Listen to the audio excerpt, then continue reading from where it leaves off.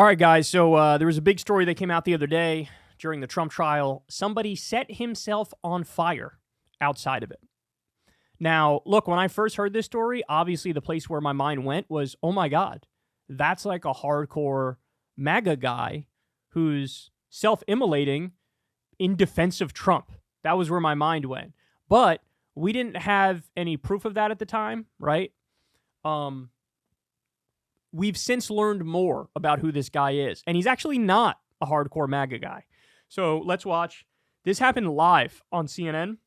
Let's watch. And then I'll give you more information about the guy. Here we go. What do you say? We also are seeing an active shooter. An active shooter is in the park outside the court. We have a man who is, he has set fire to him.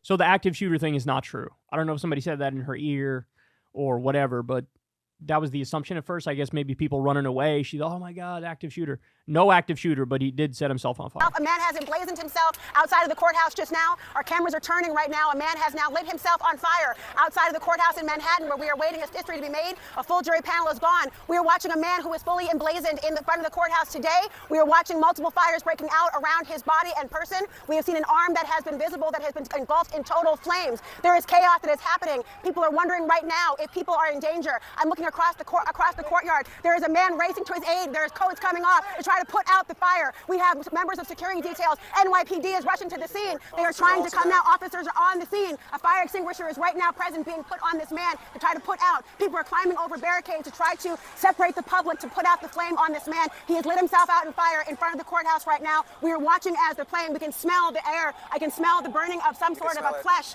I can smell the burning of some sort of agent being used as well as an accelerant to put that fire. I smell an actual fire extinguisher having been displayed. I see a person whose body appears to be on the ground being surrounded by officers. I have multiple officers. I counted about a dozen officers on the scene. The fire is still burning. It's now in multiple locations. It continues to blaze. We right now have officers removing their coats, trying to surround this person to envelop their body to prevent them from further going into flames. You can smell, I'm sitting here with Evan Perez, you can smell burning flesh. You can smell an accelerant. The flames are continuing to engulf his person. I hear shouts that are coming from across the courtyard. I have multiple people running over. Another fire extinguisher being brought out. This person's body continues to be engulfed in flames. A portion of his body is still engulfed in flames. So look, he went on to die. Recently, we had the story of the young Air Force member who lit himself on fire. I believe it was in front of the White House, or was it in front of the Israeli embassy? I think it was the Israeli embassy. Lit himself on fire because of the genocide in Gaza. And he was active duty Air Force, and he felt compelled morally to do an extreme protest and express solidarity with the people of Palestine. In this instance, it is not something like that. It's not like, hey, let's stop the genocide. And it's not even, hey, Trump is innocent, which again, I assume that's got to be what this is. That was my first thought. Turns out, no. So the guy left some pamphlets laying around, which explains like why he's doing it and what his ideology is. And it's actually kind of interesting that he's a conspiracy theorist, but he's not right-wing and he's not left-wing. It's just like general conspiracy theory stuff. As much as conspiracy can be like apolitical or like bipartisan, like that's kind of what he is. So let me give you some more specifics. The guy's name is Max Azzarello. Apparently his mom died 2 years ago, and that really, really sent him into a tailspin. That's the information we were able to get after people did some digging on him. Max Azzarello, 37 years old, who died after setting himself on fire outside the Manhattan courthouse where Trump is on trial, had recently started posting anti-establishment conspiracy theories online, including a lengthy article on Substack, which blasted politicians and billionaires and even made reference to The Simpsons. The manifesto-style document warned of an impending apocalyptic fascist world coup. At 1:30 p.m. Eastern Time on Friday night, April 19th, he entered a park outside the New York courthouse where Donald Trump's historic criminal trial is taking place and set himself on fire. The horrific incident lasted several minutes before they were able to put it out. Police told NBC News that he was declared dead by the hospital after he was admitted with severe burn injuries. No time of death was given by the police. His friends described him as gentle and a very personable man. Some struggled to see how his final act was committed by the person they once knew so well, while others noted how his mother's death had seemed to leave an indelible mark, driving him to support conspiracy theories and go a little haywire. So in his lengthy post, Azzarello described himself as an investigative researcher. Police said that his driver's license showed he was born in 1987, and was a native of St. Augustine, Florida. A registered Democrat, that's interesting, he attended the University of North Carolina from 2005 to 2009. According to public records and his LinkedIn page, he then obtained his master's degree in city and regional planning in 2012 from Rutgers. Those close to Azzarello described him as kind, creative, and well-informed, albeit concerned about the world. Steve Waldman, Azzarello's friend from high school, described him to the New York Times as one of the most intelligent people he knew. Well, while at Rutgers, Katie Brennan, a former classmate, recalled him dotting hallways with encouraging Post-it notes for his classmates and singing karaoke versions of Frank Sinatra and Disney songs. Quote, he was super curious about social justice and the way things could be, Ms. Brennan said. He was creative and adventurous. By 2013, Azzarello worked as operations director for the campaign of Tom Suozzi. His LinkedIn profile reveals the new congressman was at the time running for Nassau County executive. Since then, he worked in marketing, sales, technology roles, some of which were based in Philadelphia. Years later, Azzarello moved to Florida. His social media indicates working as a self-employed research investigator, consistent with his online post. But at some point this month, between April 13th and April 19th, seemingly unbeknownst to his family, he arrived in New York City. The April dates fall almost exactly 2 years after his mom died. That's when everything changed for Azzarello, his friend says. That was around the time when he became more outspoken, Mr. Waldman told The Times. They were close and they had a good relationship. He was heartbroken. Some told the Daily Beast that he had gone a little haywire as of late, pointing to concerning social media posts. In June of 2023, he reportedly tagged Ms. Brennan and others in what she called a manifesto that he had penned. Alarmed by his writing, she called him immediately and eventually alerted one of his family members. By August, The Times wrote, he posted on Facebook about visiting a mental health facility, quote, 3 days in the psych ward, and all I got were my new favorite socks. So he had to go to a mental health facility at some point. In the following days, he displayed a series of unstable episodes. He had dinner at St. Augustine's Casa Monica Hotel, where he apparently found a years-old autograph left on the wall by former President Bill Clinton. Azzarello threw a glass of wine at it, according to police. Although he admitted to police what had happened, and they apparently dismissed it as a one-off incident, days later, he returned to the hotel, clothed in only underwear, and stood outside yelling in a bullhorn, the outlet wrote.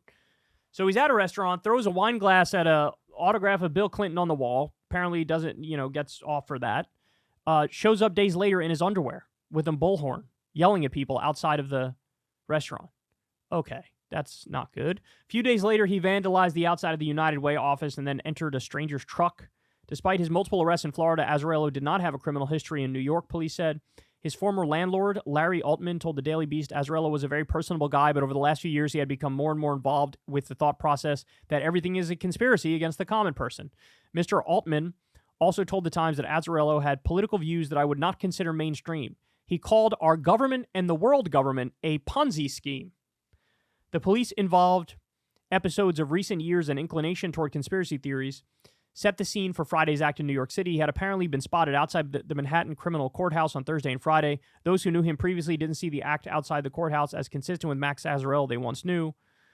Azzarello has a long history of posting conspiracy theories and rallying against the rich and powerful, according to NYPD officials who have begun to comb through his social media profiles. His lengthy Substack post called out a string of people, social media companies, and institutions. He also labeled the COVID-19 pandemic as an economic doomsday device. So as you can see, he's sort of all over the place. In the document, Azzarello said that the act of self-immolation was an extreme act of protest. To my friends and family, witnesses, and first responders, I deeply apologize for inflicting this pain upon you. Elsewhere in the lengthy post, Azzarello also referred to late pedophile Jeffrey Epstein, cryptocurrency, and episodes of The Simpsons. At one point, he compared himself to Lisa Simpson. Okay. The NYPD and Chief Detectives Joseph Kenny told reporters at a press conference the pamphlets thrown by Mr. Azzarello seconds before the incident seemed to be propaganda-based, almost like a conspiracy theory type of pamphlets. Okay, so now I have a video of him here for you. Let's try to see, to the extent we can determine a coherent ideology, let's try to do that. Hey, want to learn the biggest secret in the world? In March 2023, sketchy billionaire Peter Thiel started a bank run. I did 1,500 hours of research, and I learned all their rotten secrets. The big one is that cryptocurrency is history's first planetary, multi-trillion-dollar Ponzi scheme. That's an economic doomsday device, and when that Ponzi goes insolvent, as all Ponzis must, we'll get the worst economic collapse in world history. And every powerful person you can think of is in on it. Want to know why everything gets worse and more expensive? That's because we live in a secret kleptocracy. That's when the government gets taken over by con artists whose only job is to steal from the public. And I hope you know this is wonderful news, because now that the public knows about the secret kleptocracy, they get to abolish their criminal government. Follow for more. Again, it's so all over the place, because he's talking about abolishing the government, right? Which is like, okay, that's kind of super extreme. But he's also talking about we live in a kleptocracy. Well, that part's true. That part's definitely true. But then he has like crypto at the heart of a global conspiracy. Like, crypto is definitely a scam, but it's not the heart of a global conspiracy, right? So, and then again, he's got issues with, like, there's Democratic politicians he has an issue with, but there's also billionaires he has an issue with, and like, it's sort of like a grab bag of all different types of corruption, or all different types of conspiracies. Parts of it being true, and then other parts of it being bizarre and untrue. Start a fucking revolution. Start a fucking revolution. Start a fucking revolution. You've got nothing to lose.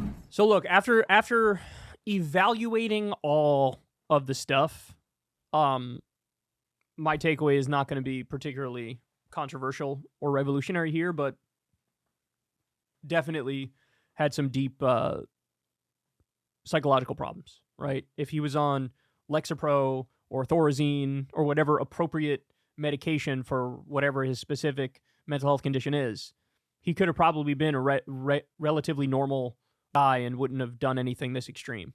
But it seems like he was sort of led by his psychological illness, and look how it ended up, right? Look, that's not to say, we talked about this previously, that's not to say that everybody who doesn't act like this falls into that category, because I don't think that's true. You know, if there's been people historically who do it to protest war.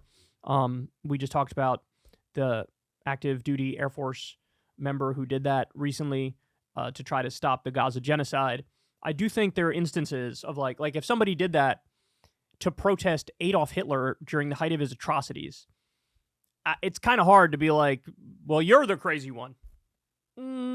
Or it could genuinely be like a super courageous and brave act of the most extreme form of protest, right? There are instances where it's more plausible and reasonable.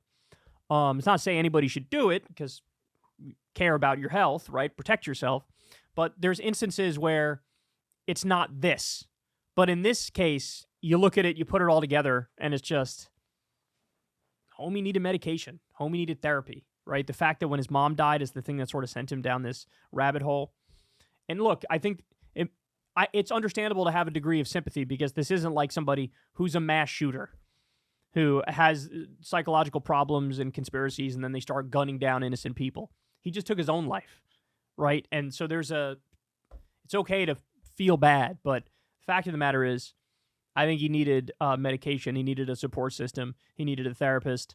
And but the political aspect of the stuff he talked about, I don't know. I found it particularly interesting, because usually in these scenarios, you'll have somebody who's very extremely on the right or the left, or like part of a religious extremist group. It'll be very like doctrinaire in that respect. This guy's not doctrinaire at all. He's got a little bit of grab back from over here and over there and over there and over there. You know, little bits of it are true, but it's also still in a broader context of him not fully getting it right or understanding it.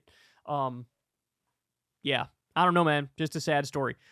And he picked the Trump trial not because of Trump, but because it would just get a lot of eyeballs on him. But obviously my first thought was, this is a MAGA guy who's trying to defend Trump. Wasn't that. Just a garden variety, all over the place conspiracy theorists dealing with some serious psychological issues. Hey, y'all, do me a favor and like and subscribe. It helps out big time in the algorithm. Click the bell as well for notifications when videos drop, and watch that video on screen right now. You know you want to.